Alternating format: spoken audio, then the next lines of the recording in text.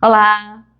Hoje eu vou continuar falando sobre o primeiro álbum, o EP do BTS, esqueci do nome, BTS, que é o Too Cool for School.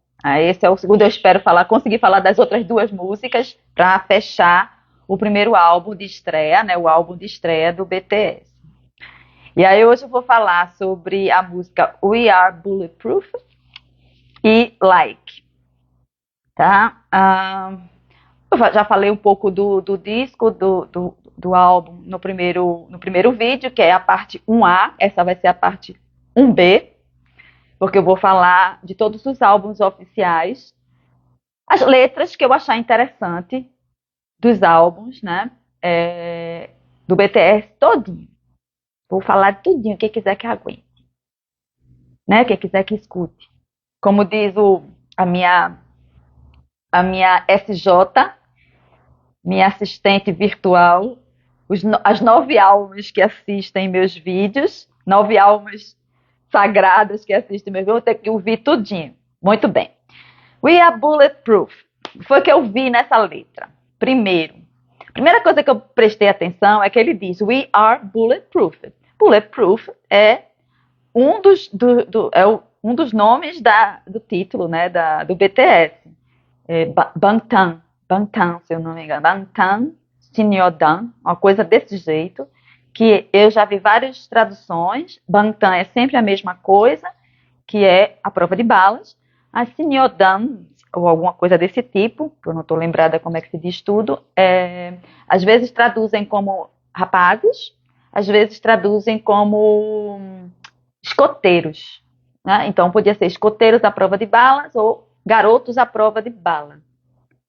Eu não sei o que é real, tá? Não sei qual é a tradução oficial disso, mas são pessoas à prova de bala, tá? E aí, em inglês, não, em coreano, as primeiras letras, né? Ban, Tan, BT, Sinyodan, S, BTS.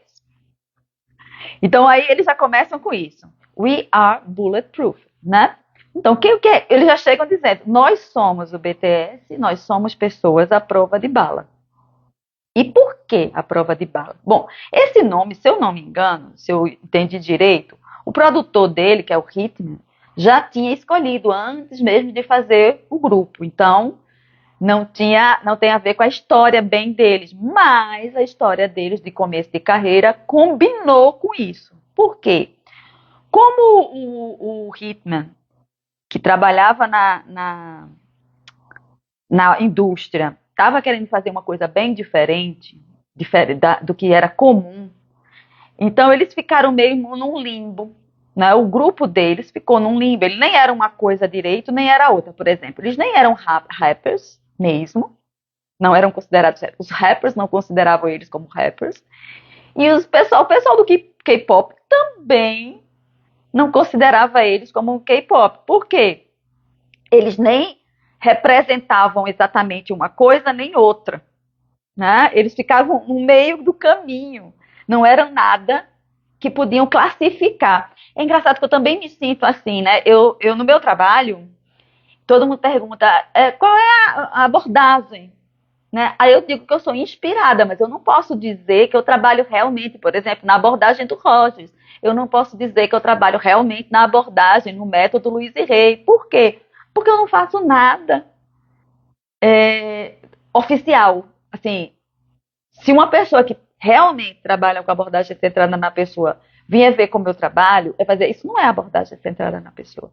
Se alguém que trabalha com o método Luiz e Rei vier me olhar, ela vai dizer isso não é um método Luiz e Rei. E não é. Então, e não é de fato, é um limbo. Eu digo que eu trabalho com um mix liquidificado por mim. Então eu engulo, eu leio, eu estudo. E o que sai de mim é outra coisa, porque está liquidificado, está triturado e sai outra coisa. Aí eu digo que é o Nanda, o jeito Nanda de trabalhar. Então, o BTS fez a mesma coisa. Ele liquidificou o rap, ele liquidificou o K-pop, ele liquidificou o rhythm and blues, ele liquidificou o que mais, meu Deus? Bom, tem uma siglazinha que eu tô esquecido o nome, mas tem outra siglazinha, ADM, não sei, um negócio desse. Ele juntou tudo e colocaram para fora algo que não é classificável. E porque não é classificável, eles levaram pedras ou balas, né? Ou seja, críticas ferozes. Que é bala nisso? A representação da bala são críticas. Eu não tive essa sorte, porque eu não sou famosa. Se eu fosse famosa, provavelmente eu também receberia crítica de pessoas que trabalham com Luiz e Rei, com o método Luiz e Rei, de pessoas que trabalham com o Carl Rogers. Como eu também falo de Jesus, né, ou do Osho, provavelmente os fãs mais ardorosos dessas duas pessoas poderiam me criticar e dizer que eu não estou falando nada com nada. Mas aí eu não alcancei fama. E eles alcançaram. Eles mexeram, né? Mesmo como trainees, né? Porque lá na Coreia, você passa um tempo como trainee, que não são pessoas, ainda não são oficialmente os cantores. Eles estão treinando para ser, mas eles se apresentam. Então, eles cantam em shows, eles aparecem na televisão, não como oficial, porque aí como oficial foi a partir de 2013, mas antes, no treino eles faziam. Então, quando eles se apresentavam, eles já estavam ganhando fãs e haters. Né? Quando eles lançaram esse CD aqui em 2013, eles já tinham ambas as coisas. Eles já tinham, eu acho que eles já tinham até o ARMY, não sei se já era o nome ARMY, mas tinham fãs ardorosos e tinham haters ardorosos também. E aqui esse We Are Bulletproof já é a parte 2. Ainda tem uma parte 1 que eles cantaram, que não faz parte do disco, é por isso que eu não estou falando, mas já é como se fosse uma resposta às críticas que eles receberam, né? Então, a outra coisa que eu percebi nessa música é que eles dizem We sing like click, click, bang, bang. Eles cantam, no refrão eles cantam muito isso, né? E aí eu pensei assim, eles cantam como estivessem devolvendo as balas, né? Click, click seria armando e bang, bang seria eu tô atirando de volta. Então, a música deles, né, correta ou errada, era a resposta. Nós cantamos como resposta. Vocês atiram bala, a gente não morre, porque nós somos a prova de bala, né? E aí eu chamo do colete a prova de bala, né? O colete atinge, dói. A pessoa até desmaia quando recebe um tiro que está de colete de bala, a prova de bala pode desmaiar da dor, né? Do impacto, mas não morre. Então, veja, eu achei interessante, né? Eles sentem o mal-estar, mas eles não desaparecem por causa disso. Eles permanecem cantando. Eu achei legal. Então, e cantam de volta, né? Depois tem o trocadilho. Logo no começo da música tem um trocadilho com o nome de um deles, que é Jungkook, sei lá, que é de escala nacional. Como eu disse no outro vídeo, eles usam muito trocadilhos asiáticos em termos gerais, chineses, japoneses e coreanos, eles usam muito o trocadilho na sonoridade. Então, Jungkook é o nome do rapaz, mas tem um Jungkook, que seria escala nacional. Então, eles dizem eu sou o Jungkook e estou em escala nacional, ou seja, eles já eram conhecidos nacionalmente, né? O Jungkook, nesse momento, ele representa todo o BTS. Então, nós, do BTS, estamos em escala nacional, mesmo sendo criticado, mesmo não sendo aceito nem como rappers, nem como K-popers, eles estão atingindo uma notoriedade nacional, que era dentro da Coreia, né? Depois eles cantam na letra o esforço e as escolhas que fizeram para atingir o sonho. Que eles falam em No More Dreams, né? Eu achei engraçado isso também, né? Porque eles primeiro colocaram No More Dreams. A música de apresentação não foi We Are Bulletproof, foi No More Dreams. Então é como se tivesse uma cronologia. Primeiro nós fomos atrás do nosso sonho. Quando nós estávamos realizando o sonho, nós fomos atingidos, né? Por críticas. E aí eles contam também nessa coisa do esforço que fizeram. Então tem várias partes da letra, deixa eu ver aqui se eu.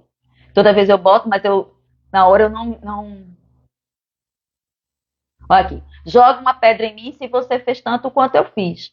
Nós damos duros, nós damos duro, não temos medo. Essa parte aqui, eles cantam também depois numa música chamada We Won, que é já do segundo álbum.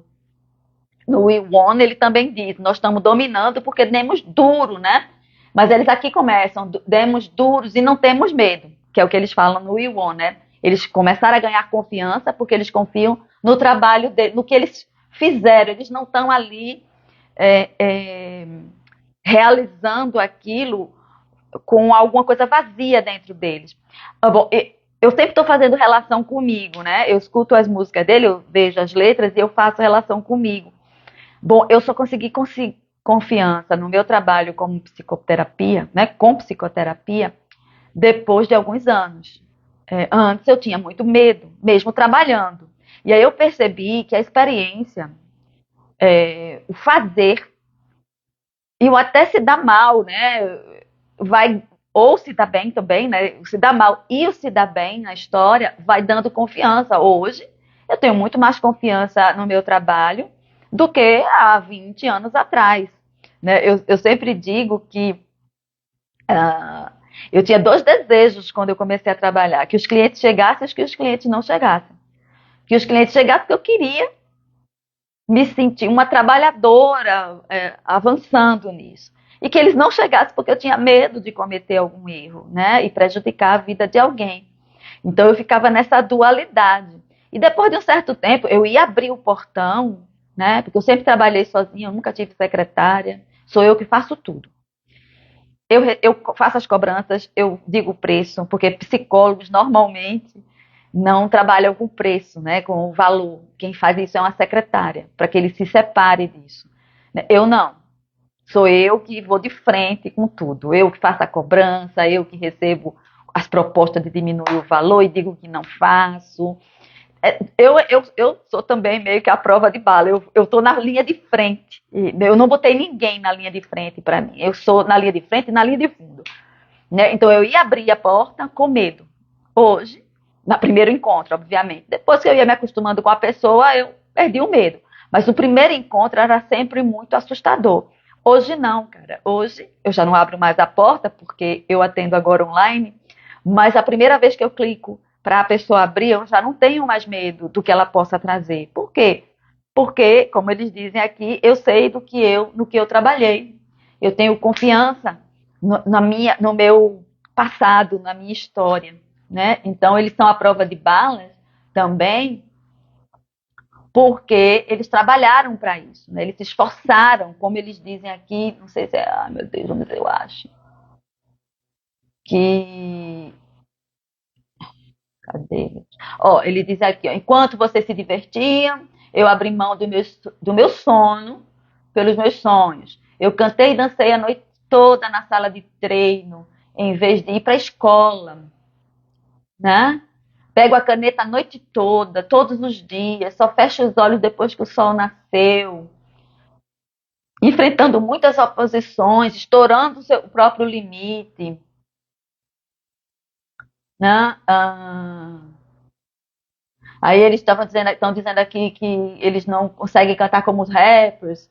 E aí tem uma parte, né, que a recepção que tiveram foi uma chuva de críticas por ousarem quebrar as regras do K-pop da época, né? Então, eles quando se apresentaram, o que tiveram foi muita negatividade. Não é que só tiveram negatividade, mas tiveram o suficiente para se abalarem. E aí, porque eles não eram nem uma coisa nem outra, o pessoal dizia que eles eram ruins em hip hop e ruins em K-pop, né? Então, eles não eram eles não eram de nenhuma tribo. Como eu disse, estavam num limbo. Até fazer um nome e serem o BTS, que ainda recebem críticas, né? E eles ainda recebiam crítica que não eram machos o suficiente, porque usavam maquiagem. Usavam maquiagens, roupas coloridas, dançavam. Então, eles ainda eram considerados não machos, não homens.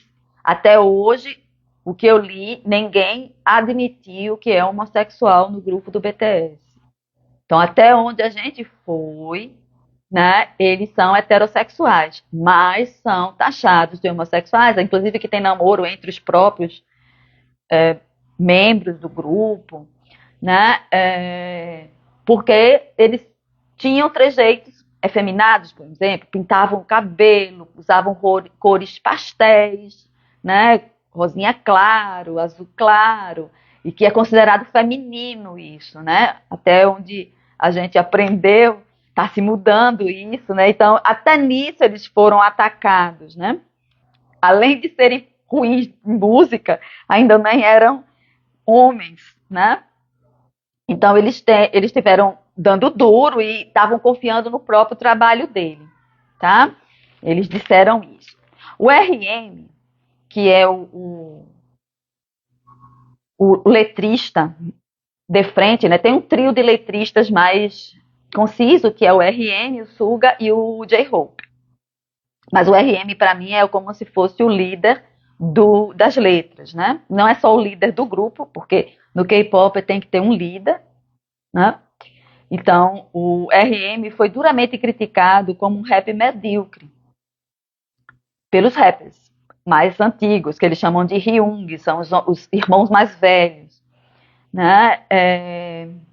Então, ele tem um trecho que ele assume a letra, né, e canta uma confirmação de sua confiança própria, saindo da pecha de um idol, que poderia ser artificial, para um ser humano que gosta de poesia ritmada. Então tem uma parte que ele canta, um trecho que ele canta, não sei se eu vou achar também, deixa eu ver, parece que é mais no fim.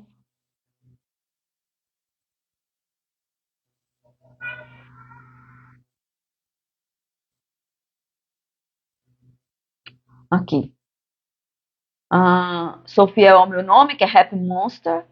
Vim aqui ver em primeira mão a transformação de um mero idol, né, e os Hyungs, né, que são os irmãos mais velhos, que tinham orgulho de serem hip hop, me disseram que seria impossível ele se transformar de um garoto de uma banda de K-pop para um rapper considerado. E ele estava já achando que era, né? Então ele estava dizendo, eu sou possível.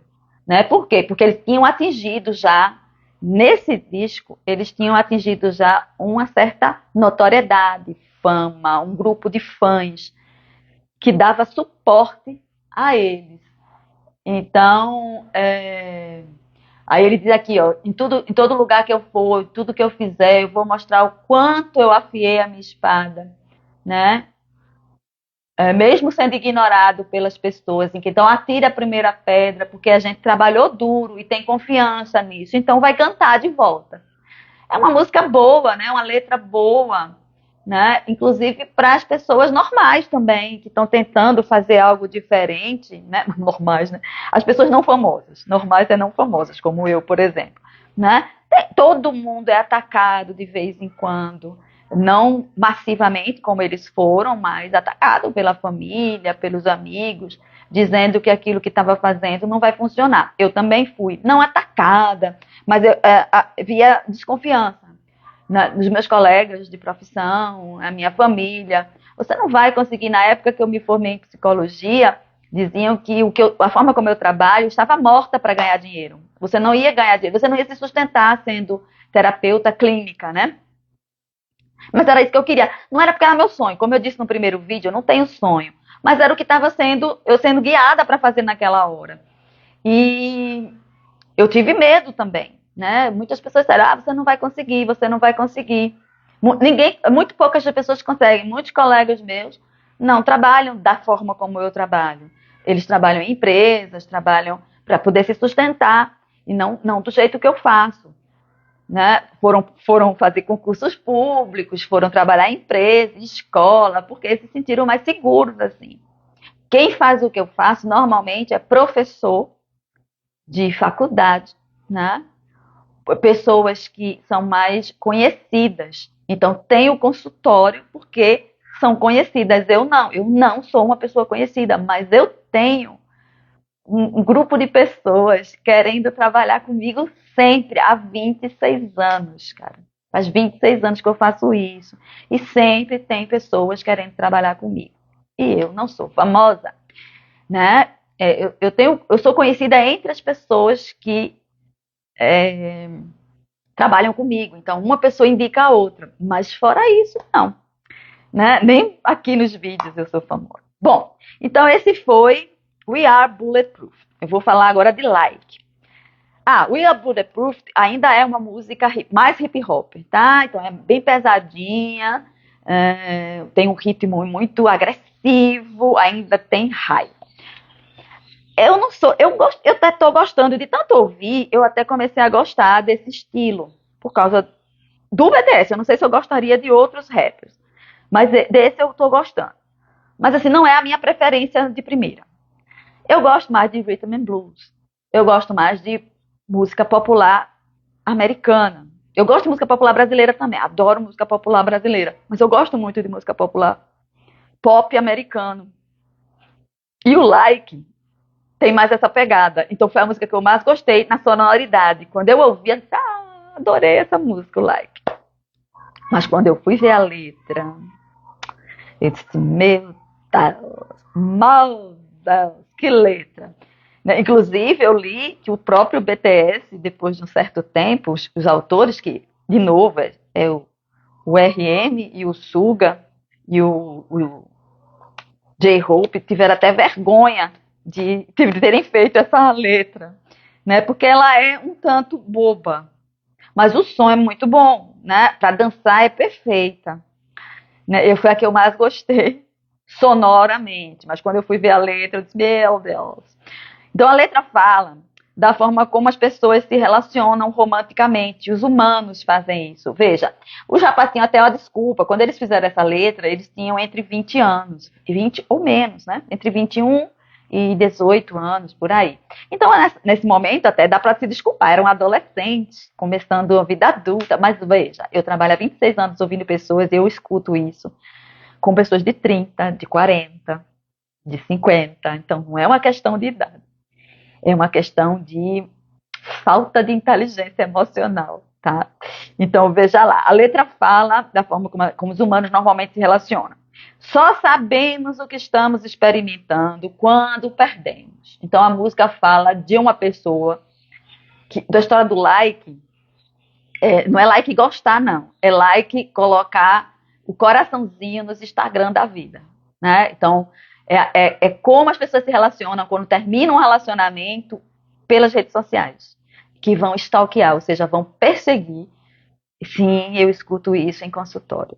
Pessoas perturbadas, ficando, observando. Eita, o tsunami veio para cá, late. Então, pessoas que ficam perseguindo, né, observando o dia a dia do ex, do que ele está fazendo, do que ele não está fazendo, para acalmar o seu mal-estar da separação, tá? Então eles falam disso, o like é disso, né? O like é essa questão da gente curtir ou não. Então, só sabemos o que estamos experimentando quando perdemos, então a moça fica mais bonita. Então ele diz assim, tem uma parte da letra que diz, agora que a gente não namora mais, aí você ficou uma mulher bonita, você ficou interessante. Quando eu estava namorando, você não era tão bonita e tão interessante, mas ao não ser mais minha, que é a possessividade, e poder ser de qualquer outra pessoa e não minha, você começou a ficar interessantíssima, né? E da outra coisa também, né? Demoramos a desligar o afeto que temos. E aí temos recaídas, que é a possessividade. Então a pessoa fica ali querendo chamar a pessoa de novo para sair, porque de repente ela ficou interessante de novo, né? E com as redes sociais a gente virou perseguidor. Eu não, nunca fui perseguidora, até porque eu nunca me separei depois que inventaram as redes sociais. Mas provavelmente, talvez eu até fizesse isso. Não sei se hoje, mas talvez um tempo atrás eu fizesse, se eu tivesse me separado. Mas tudo o que queremos é nos sentir amados, inteligentes, descolados. Não é que ele diz, eu quero ser amado, eu quero ser descolado, eu quero ser amado. É o que a gente quer, né? A gente quer ser amado, a gente quer ser descolado, né? Mas a gente falha nisso. Porque a gente acha que tem que ser descolado pelo olhar do outro, e não pelo olhar da gente mesmo. Eu posso ser descolada a hora que eu quiser. É só eu dizer, eu sou descolada. Eu posso ser amada a hora que eu quiser, só dizer eu me amo. Mas a gente quer ser descolado no olhar do outro, amado no olhar do outro. É, não quer ser bobo, né? Não quer ser tolo. Ninguém quer ser tolo, porque não, quer ser inteligente, né? Mas assim, no olhar do outro. Eu posso dizer eu sou inteligente. Por que eu não posso dizer se eu sou inteligente? E sou bobo também, às vezes. Porque eu não posso ser bobo de vez em quando, né? Eu quero ser amado igual eu quero amar e ser amado. Todo mundo quer isso, né? É outra coisa que que eles dizem na música. E aí tem ciúme, né? Aquele cara que eu nunca vi antes enchendo você de like na rede social. Agora não sou mais o seu namorado, né? Aí, ó, aqui é a recaída. Eu apertei o seu número tão naturalmente, mandou mensagem. E aí, mandou mensagem aí se sente como perdedor, né? Também escuto isso em consultório. Ai, não consegui me controlar. Fui lá e mandei uma mensagem. Ai, que merda que eu fiz, que saco, né? Eu sou uma bosta. Se sente mal depois que faz, né? Às vezes até bebe e manda um bocado de mensagem. Isso é tudo normal, todo mundo faz isso, né? E é vergonhoso mesmo, como a gente fica desse jeito. Né? Não existe um botão de dislike, né? Até na rede social tem, você pode dislicar a coisa, mas parece que você não consegue desligar, que eu disse, né? Que é como a gente demora a desligar o afeto. Sim, demora a desligar o afeto. Tá? Primeiro porque a gente não gosta da gente mesmo. Aí a gente acha que se perder quem a gente achava que gostava da gente, a gente é um zero à esquerda. Né? Aqui, eu não gosto de acabar como um entre 30.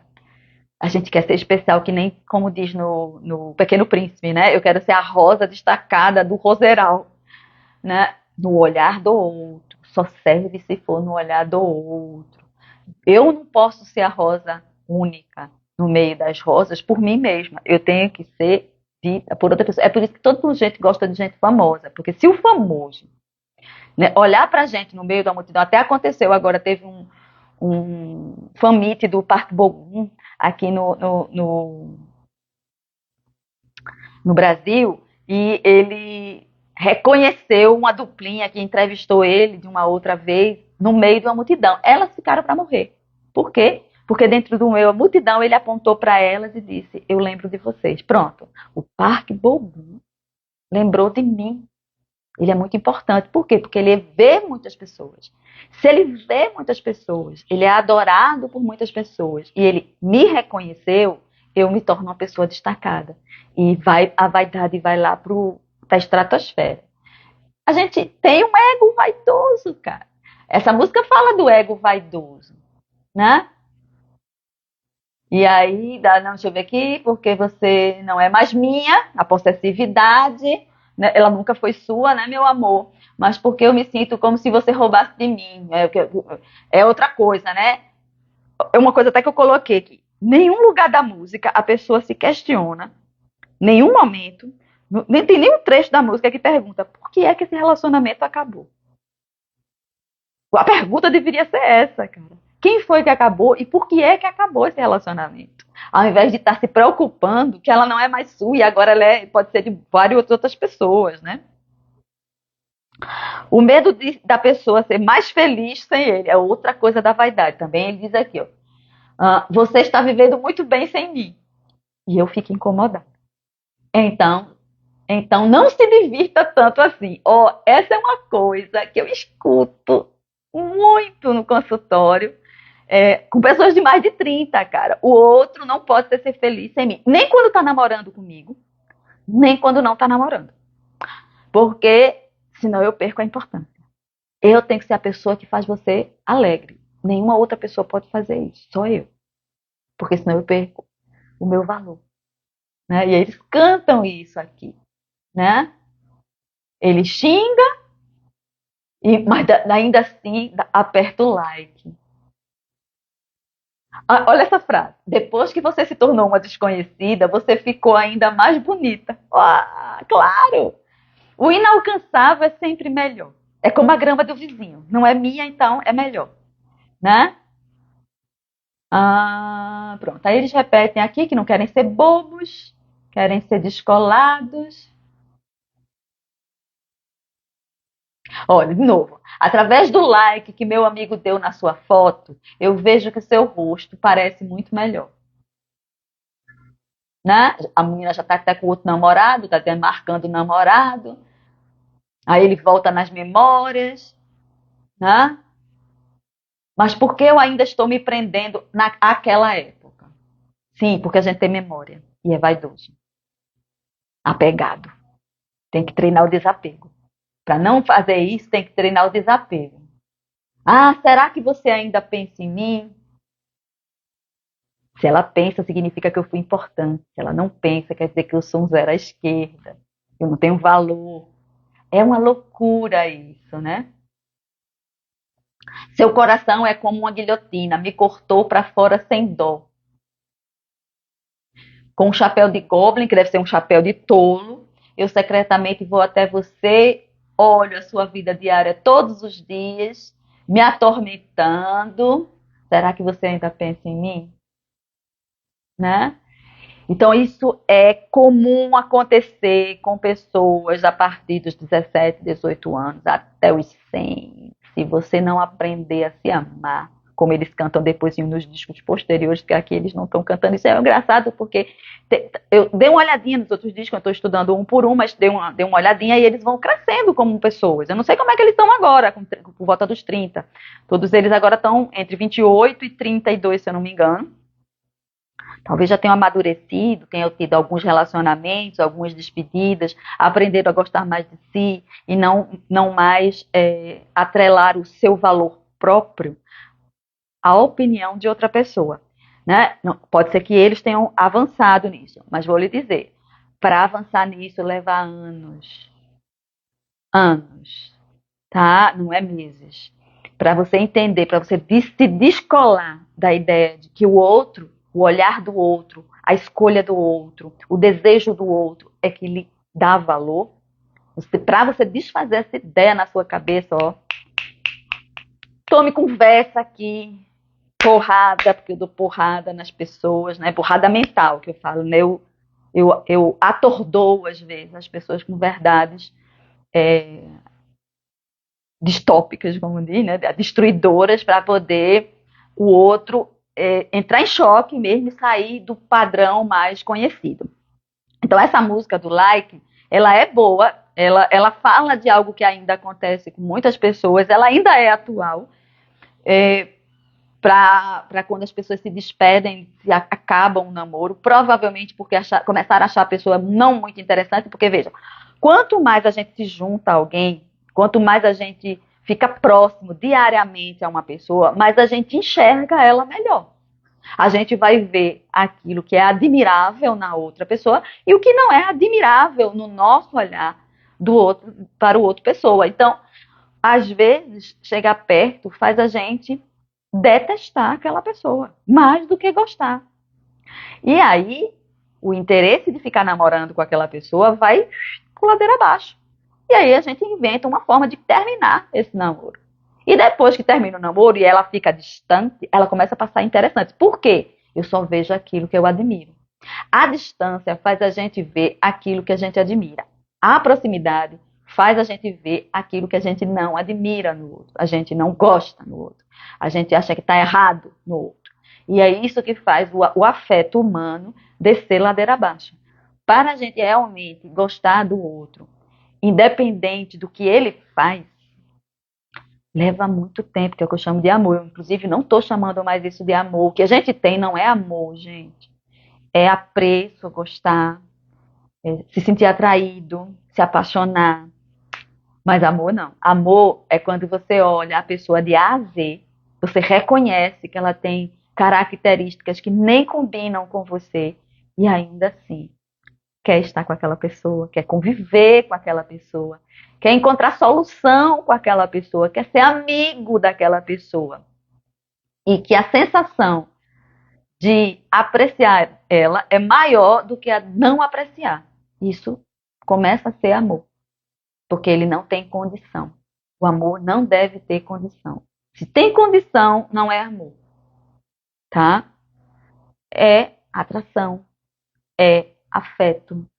Eu estou chamando assim, se tiverem outro nome, vocês também podem dar, mas assim, é atração, afeto, paixão, né? Desejo, obsessão às vezes, né? Dependência na maioria das vezes, possessividade na maioria das vezes, mas não amor.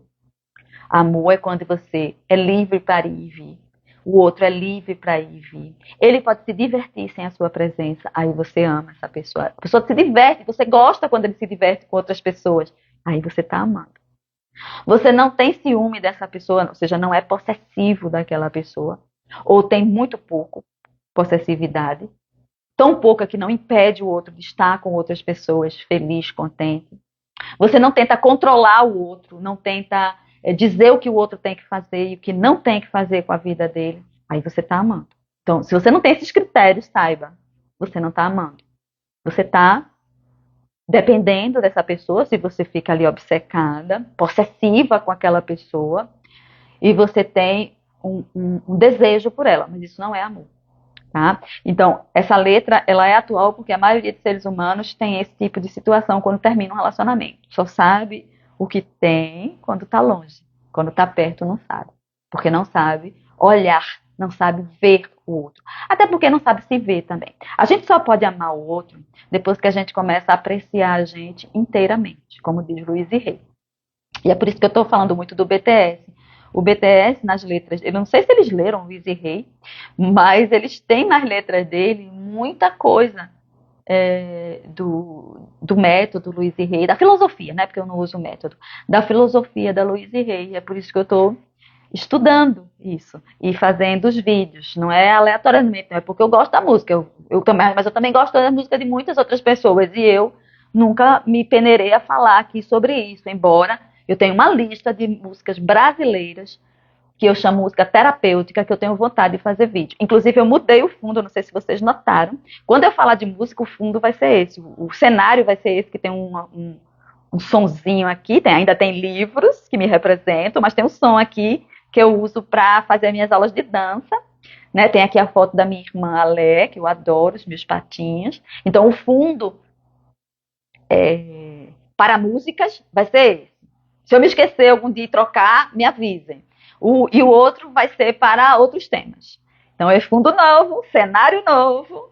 É a mesma sala, só outra parede, tá, gente? É só outra parede. É só eu virei de um lado para o outro.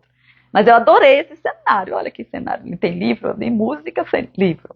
E os patinhos, meus patinhos. Do lado de lá ainda tem outras fotos de Alé, que eu também gosto muito. São paisagens e os bichinhos que ela estudava quando ela era... quando ela... Eu não me lembro mais se é bióloga. Não é bióloga, não. Era...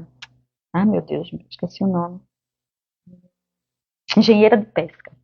Né? A Lé passou muito tempo como engenheira de pesca, como pesquisadora nessa área. E aí tem uns bichinhos dela que eu também gosto muito. É o microscópio que ela tirou foto. Então aqui também posso um dia fazer um cenário para a banda de lá. Né? Para mudar um pouco o cenário. Mas aqui vai ser o de música.